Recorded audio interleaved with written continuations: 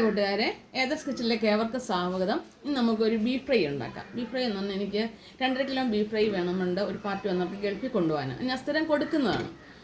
അപ്പം അത് നമുക്ക് ചെയ്യാം. അതിന് ഞാൻ 2.5 കിലോ ബീഫ് ഫ്രൈ വേണമെങ്കിൽ ഇത് 3.5 കിലോ ബീഫ് ഞാൻ മേടിച്ചിട്ടുണ്ട്.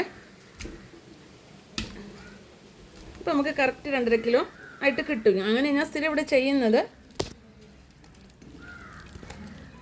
ഇത് കഴുകി വൃത്തിയാക്കി വാലിക്ക് വെച്ചാണ്. മഞ്ഞപ്പൊടി ഇട്ടിട്ടുണ്ട്. ഞാൻ മുളക് പൊടി,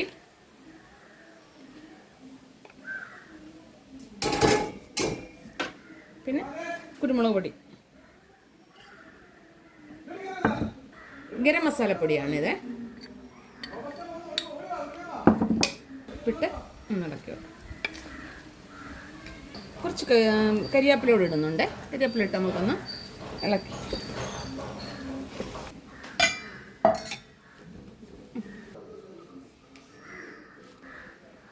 ഞാൻ നമ്മൾ കുക്കറിൽ വെച്ചിട്ടുണ്ട്. നമുക്കിത് വലിയ കുക്കറായതുകൊണ്ട് 4 വിസിൽ കൊണ്ട് ഇത് വേവും.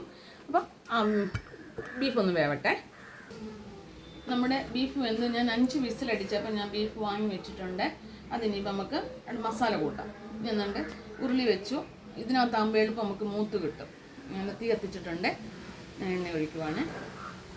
വെളിച്ചെണ്ണയല്ല, ഇനി അതിൻ്റെ എല്ലാവരും ഒന്നും പറയണ്ട.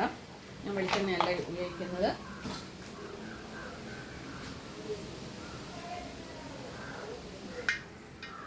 എണ്ണ ചൂടായിട്ടുണ്ട്. ഞാൻ കടുക് ഇടുവാണ്.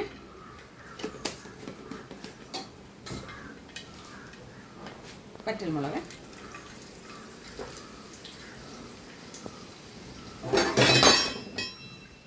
നമ്മുടെ കടുവും ഇതെല്ലാം പൊട്ടിയിട്ടുണ്ട്. ഞാൻ നമ്മുടെ തേങ്ങാക്കൊത്ത് ബീഫ് ഫ്രൈ അല്ലേ. ഞങ്ങളിവിടെ എല്ലാ ഇറച്ചിക്കും തേങ്ങാക്കൊത്തിടും. റൈസിൻ്റെന് മാത്രം, പൊറോട്ടയ്ക്ക് മാത്രമേ നമ്മൾ തേങ്ങാക്കൊത്തിടാത്തത്. ബാക്കി ചപ്പാത്തി, അപ്പം അങ്ങനെയൊക്കെയുള്ളതിനെല്ലാം ഞങ്ങൾ ഇറച്ചിക്ക് തേങ്ങാക്കൊത്തിടും. നല്ലതായിട്ട് ചുമക്കട്ടെ. ഇച്ചിരി മഞ്ഞപ്പൊടി ഇടാം.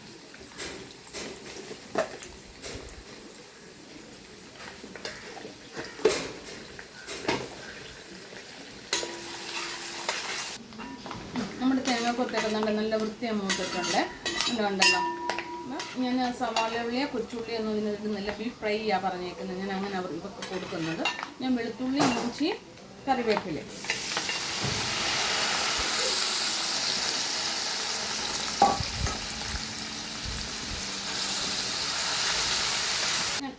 ഇച്ചിരി പച്ചമുളക് ഇടാം. ഇനി ശരിക്കും നമുക്ക് മൂപ്പിച്ചെടുക്കാം.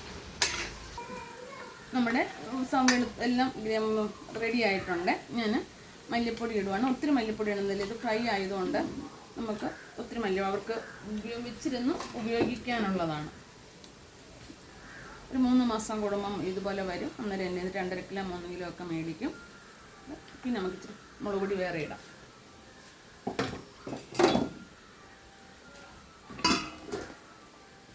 ഇത് ഗരം മസാലപ്പൊടിയാണ്. നേരത്തെ ഇട്ടിട്ടുണ്ട് എങ്കിൽ ഇപ്പോഴും വേണമല്ലോ. നോക്കട്ടെ. ഞാൻ ഗ്രേവിക്ക് ശാല ഇടുവാണ്. കാരണം നമ്മൾ ഇറച്ചിക്ക് ഉപ്പിട്ടാണല്ലോ വേവിച്ചത്. അപ്പം പിന്നെ കുറച്ച് മതിയല്ലോ. കുരുമുളക് പൊടിയാണ് ഇതിന് അത്യാവശ്യം. പിന്നെ നമുക്ക് കുറച്ച് ഫ്രൈ ആകുമ്പോൾ കുറച്ചിടാം. ഇറച്ചിയിൽ ഞാൻ എടുത്ത ചാറാണ്. അതിനകത്തൊട്ട് ഇതൊന്നും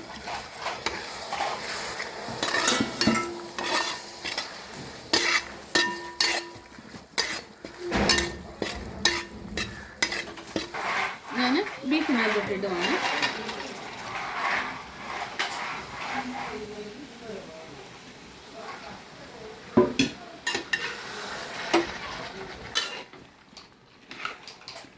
ഇനി ഫ്രൈ ആയി വരാൻ കുറച്ച് സമയം എടുക്കും.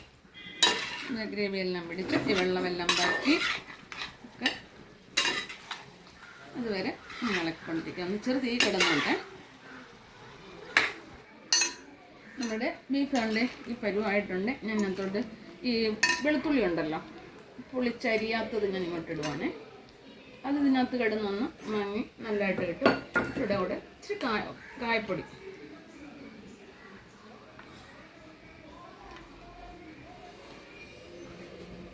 പിന്നെ കുരുമുളക് പൊടിയൂടെ. കുരുമുളക് പൊടി നമ്മൾ ആദ്യമേ ഇട്ട് ഇറച്ചിക്ക് ഇട്ടു. ഇത് കുരുമുളക് പൊടിയാണ് ഇതിന് കൂടുതലായിട്ട് നമുക്ക് വേണ്ടത്.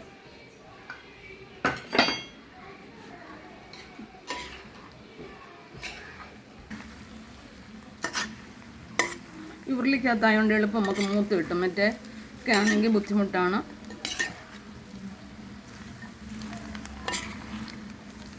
നമ്മൾ ബീഫൊക്കെ ഫ്രൈ ചെയ്യുന്നതൊക്കെ ഓട്ടുരുളിക്കകത്തൊക്കെ അല്ലേ, ഇൻഡാലിയത്തിനകത്തെ.